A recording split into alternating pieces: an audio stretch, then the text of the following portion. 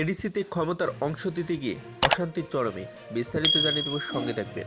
লোকসভা নির্বাচনে পূর্ব ত্রিপুরা আসনে প্রদ্যোৎ কিশোরের বোন কীর্তি সিং দেববর্মা প্রার্থী হওয়া নিয়ে যথেষ্ট জলঘোলা হয়েছে।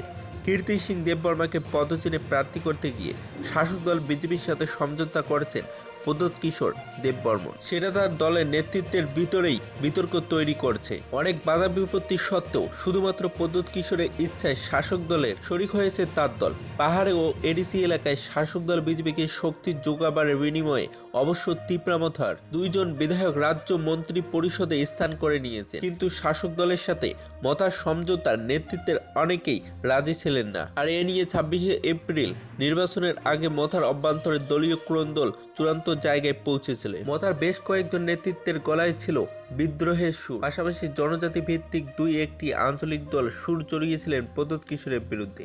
এমনকি ওই দলগুলোর তরফ থেকেও পূর্ব ত্রিপুরা লোকসভা সংরক্ষিত আসনে প্রার্থীও দেওয়া হয়।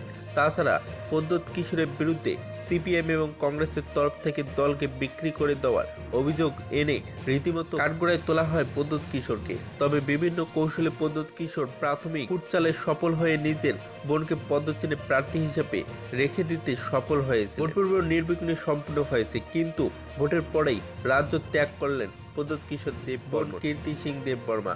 যদি ভিডিওটি ভালো লাগে তাহলে একটি লাইক দিবেন, চ্যানেলে নতুন হলে সাবস্ক্রাইব করে পাশে থেকে বেল আইকনটি প্রেস করে রাখবেন। এইরকম লেটেস্ট ভিডিও আপডেটগুলি সর্বপ্রথম পাওয়ার জন্য পিয়ার রিপোর্ট এজি টপ বাংলা।